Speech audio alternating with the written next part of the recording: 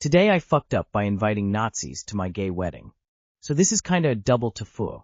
That's been in the making for 6 years, but only came to a head the past couple months.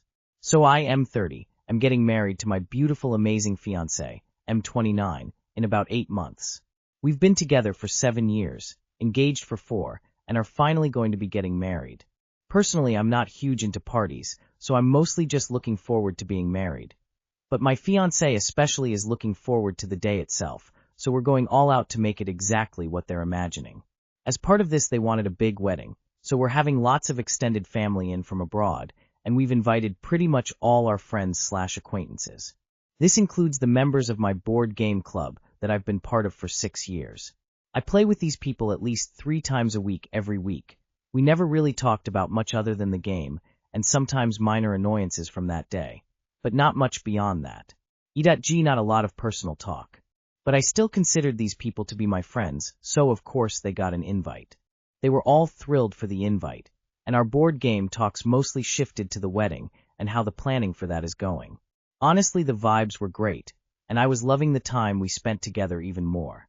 Then one day I got a surprising question. Has your wife picked her dress yet? This was especially surprising because they've met my fiancé a number of times, and I introduced them as my partner, because that's what we call each other. Apparently they thought they were just my co-op game partner, and not my life partner though. The mood immediately shifted. None of them really said anything else the rest of the evening, just looked at each other. I got a text the next morning from the guy who hosts the club mentioning that the club was canceled for the next week because of a family emergency. I thought it was weird it wasn't in the group chat, but whatever it happens, fair enough.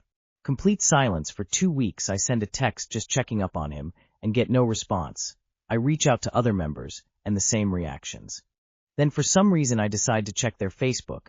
I had never done it before since I don't use Facebook, but something in me just said to look, and it was like looking at Musk/Trump fan pages. Every post he shared was white supremacy, anti-LGBT, misogyny, etc. Literally the night after I reminded them I was marrying a man. The host shared a post about all gay men are pedophiles targeting children. I dig deeper, look at his photos. He has literally attended Nazi rallies since I've known him. And the others aren't better, each of them sharing the same vile hatred almost daily. So now I'm confused, and honestly concerned. All of these people have RSVP'd yes to the wedding, but obviously now I don't want them to go, and I assume they won't show up. But what if they do?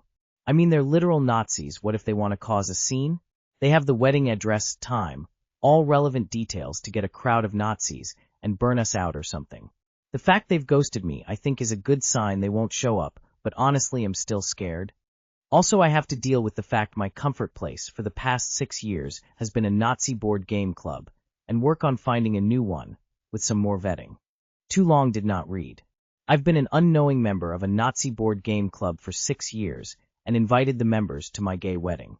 Edit with clarity updates. This is a throwaway account since my main has my actual name, and I'm not sure who of the wedding guests may see it and recognize it if I posted it there. I don't want to cause a panic to my many gay, non-white, Jewish, etc. friends by saying there maybe will be Nazis at the wedding. I should also clarify that when I say I played with them 3 times a week, that was mostly on Tabletop Simulator. We met once a week for 2 hours in person, and the rest was just here and there online when people had time. The host and some others played nearly daily, but I didn't. Also, minor thing, my partner uses he/they pronouns, that's why I refer to them as them.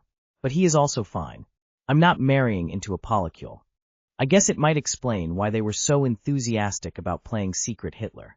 It's gonna suck, but uninvite them and make it very clear they're not welcome. You don't need dickheads like that in your life. I can guarantee there are better board game groups out there. There's something darkly comical about the parallel shock here. Opie is suddenly realizing, I've been spending 6 years gaming with actual Nazis, while those Nazis are probably sitting in their own group chat going, wait, we've been gaming with a gay for 6 years. Message them to say that you've seen the Facebook posts, and on reflection the event is likely to make them and the guests and you uncomfortable, so you are withdrawing the invitation. You met a bunch of Nazis nearly 1,000 times, and they never mention their views? And they love playing board games? Come on. Classic shitpost. Hat tip to Opie. Today I fucked up by forgetting I live in Australia.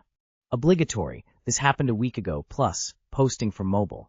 I work in some interesting places, and like the common no-sleep trope, I have rules to keep alive. One of those rules: don't pick up things if you don't know what they are. A very good rule for not dying alone in an isolated environment. Living in Australia, there's a lot of things that will end you. Snakes and spiders are the obvious ones, but I've almost never had any real problems with them. It's all the other things that aren't in pop culture that will get you. The subject of this story isn't even isolated to Australia.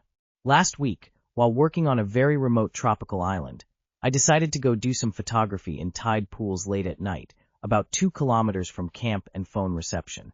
There was a bit of rough swell hitting the beach, so I was seeing a few fish washed onto the rocks. With that in mind, I thought I saw a hermit crab wedged upside down in a crevice with another shell resting on the opening. I picked up the smaller shell, a baby conch I thought. It was a cone snail. A living, breathing cone snail. Full of rage and violence at being picked up. I only realized when it started whipping its barb around, brushing against my fingertips. Previously, the cone snails I'd seen in photos looked different, so I wasn't aware that this type of shell could be dangerous. When asked about first aid, our medic responded only with ventilator and a chuckle. Too long did not read. I picked up a potentially lethal sea creature because I was blasé about the environment I was in and my access to medical rescue. And I forgot that being in Australia, everything wants to kill you. Jesus fucking Christ. This is almost as bad as those tourists holding pretty tiny octopi with pretty blue patterns, not knowing they are a heartbeat from horrific death. Shell length is about 30 mm. The arrow-shaped thing is the barb. It whips around quicker than you'd expect a snail to move. I live in NQ, and this was my face reading this. GIF, Giphy JOP LBIGMHR 9S0. The saying, if it's a cone, leave it alone, exists for a reason. I'm glad you made it. We had a German tourist find a pretty cone shell when reef walking, and he put it in his pocket. Died 20 minutes later in the boat. They didn't know what killed him until they stripped the corpse for the autopsy. Living in Australia my entire life, I get pretty blasé about things myself. But I also forget that I have certain instincts that are just automatic. Nearly had a heart attack when a mate of mine who recently moved to Australia just casually grabbed his boots from the front veranda to pop them on and didn't check them for spiders first. He figured he didn't need to because we're in Sydney. My brother in Christ, the deadliest spider we have here is literally called the Sydney funnel web spider. It was named that because it lives here too.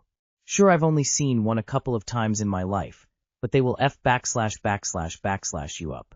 That being said though, for all our talk of spiders, crocodiles, snaked, etc., it's really the magpies you gotta look out for. Those bastards are psychotic. It's okay, that blissful ignorance of the impending doom is kinda helpful to keep us sane, rolling on the floor laughing. Can you imagine how much anxiety people are living with? Those in constant fear of our wildlife? Glad you got out all right. Sounds like you have a fascinating job.